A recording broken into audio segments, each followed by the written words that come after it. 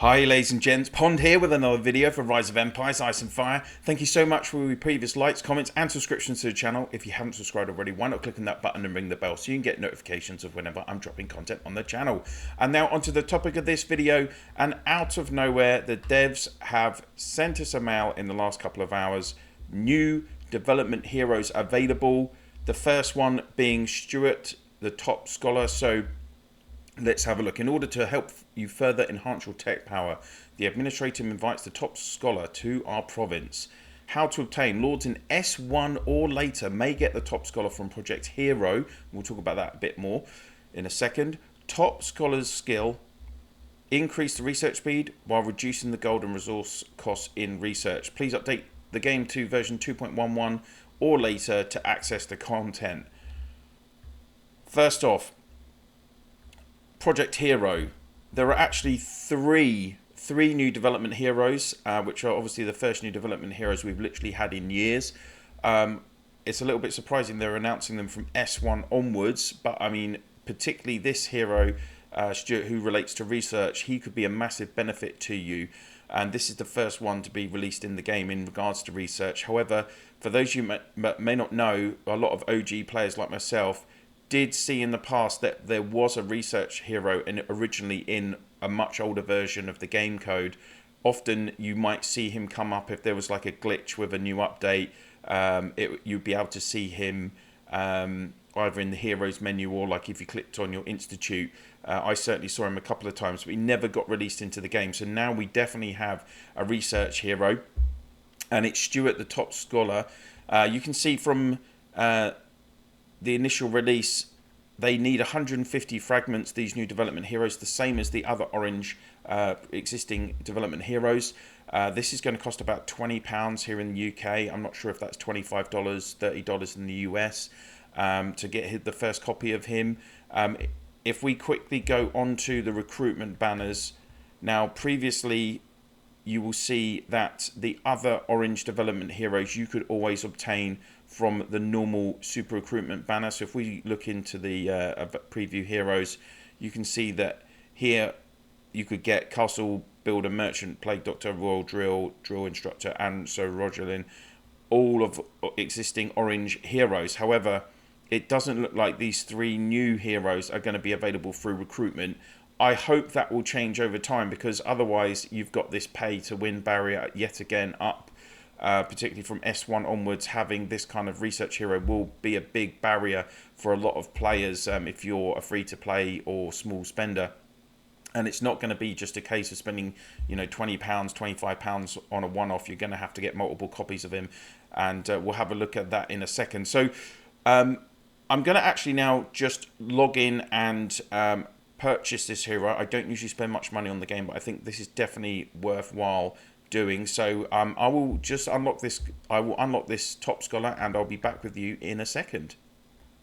Okay, as he's coming in fragments, you're going to have to go into your fragment menu to unlock him. So let's get him combined, and as usual we get the new hero animation. New heroes have arrived. Okay, now of course, being a development hero, you probably haven't done this for a very long time, but you're going to need to go to your town hall. You're going to see the station icon come up, and you're going to need to go to administration, and you can see you're going to have to garrison him, and he's going to cost you 6 points in your garrison at the town hall, which is fine because most of you should have plenty of spaces at higher levels now, and he will be stationed at the institute. So don't forget to do that, otherwise he's not going to work. You're going to be able to find him in the hero menu under your development heroes, of course. And if we go to him, you can see that he starts off at level 1. Support hero for technology. First skill, as with most development heroes, it's related to his XP. So every time you gain, you'll gain some XP while studying techs at the institute. And it's 10 XP gained per minute while he's stationed there. So, and the wisdom medal cost starts at 15 per skill. Of course, you're going to want to level him up.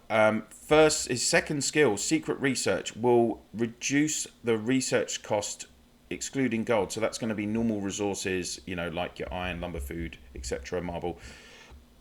and that's going to start off at 30 wisdom medal. So he goes up to a cost of 270 at the max level 10.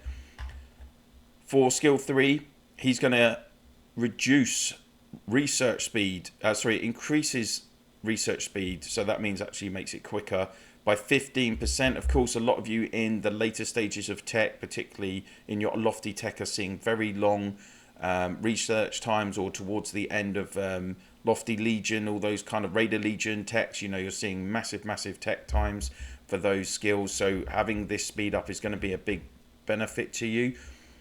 Research speed increase, I've just looked at that one. Skill 4, gold cost in research minus 10%. Again, gold, people can be short on gold, particularly earlier in the game. So if you're in S1, saving 10% on your gold, that's going to be really good. You do need a medal there. So that's a second medal for him to unlock skill 4. That is an level 20. That's standard for a development hero. Research speed increased by 45%. That's pretty huge. Again, that's going to save you a lot of time on those big researches, but you're going to need another 2 copies of him to unlock that skill. And then finally, reduce research cost, including gold, by 20% for his 6th skill. You're going to need 3 copies. So in total, you need 7 copies of him. That is standard. There's no difference to there, so it's not a multi-copy hero like a few people might have been worried about. The disappointing thing about him, he's not reducing the cost of your courage medals or war badges, unfortunately. I think that could be my only criticism, along with the fact that currently there's a pay barrier for him. Obviously, I think the devs do regularly release the development heroes 1 copy at a time every week or so. So I think most people will be able to max him within a couple of months. I don't know whatever other thing he might be available in other kind of events as well. So that is the first hero from Project H.E.R.O. Now, some of you who are eagle-eyed might have seen that in the town hall there were also a couple of other heroes that we could see. So we've just had Top Scholar, and then if we go into town hall, you can see we have another new hero, Chief Nurse. She's going to take up 6 spots as well. Madam Dove, Lydia.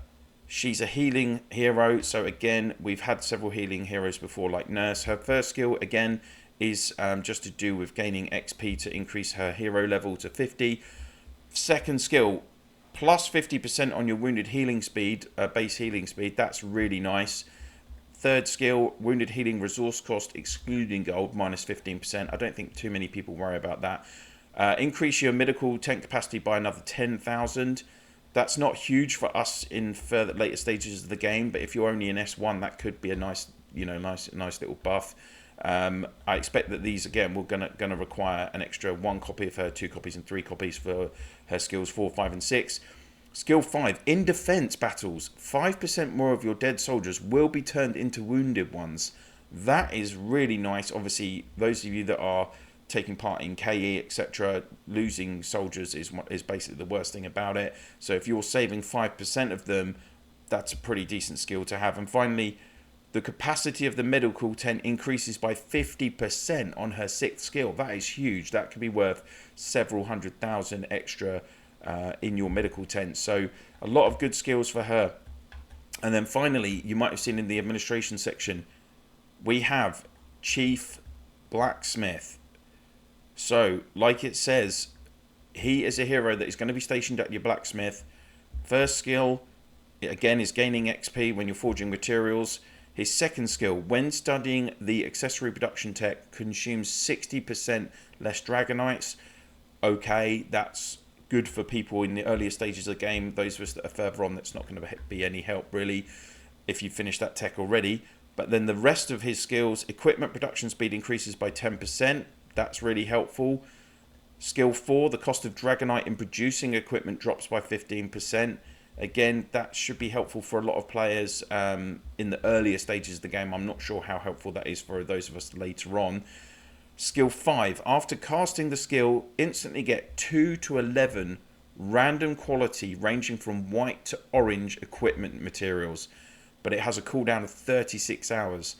This could be really nice if you end up getting some orange equipment materials, but of course, how often, I bet the drop rate on orange is really low, but still, This is pretty good. 36 hours. What you can do this 3 times a week, basically. No, more than that, isn't it?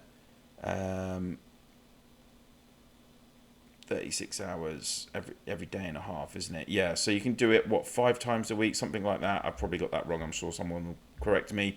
That could be nice, particularly for those of you earlier in the game. And then his 6th skill, materials forging speed increases by 70%. This is a really good buff. Obviously, having to the speed on green forging is like 7 hours, isn't it? 7 hours, 12 minutes, something like that. So if you're increasing it by 70%, that's a big buff. It'll probably be from the original time though.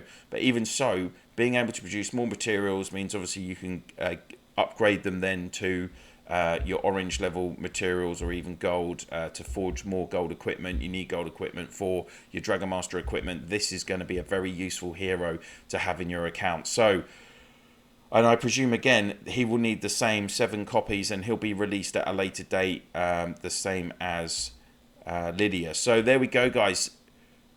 3 new development heroes in the game. A bit of a surprise. We didn't know they were coming.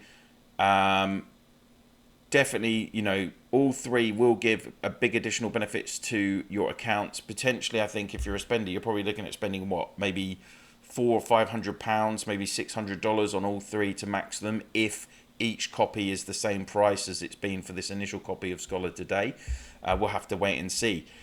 What do you think? Are these heroes long overdue? Would you like to have seen them before? What about those of us further in the game? You know, if you've already done your accessory production research, for instance, it's no benefit to you. Most players, advanced players, will have done that within a few months of playing the game.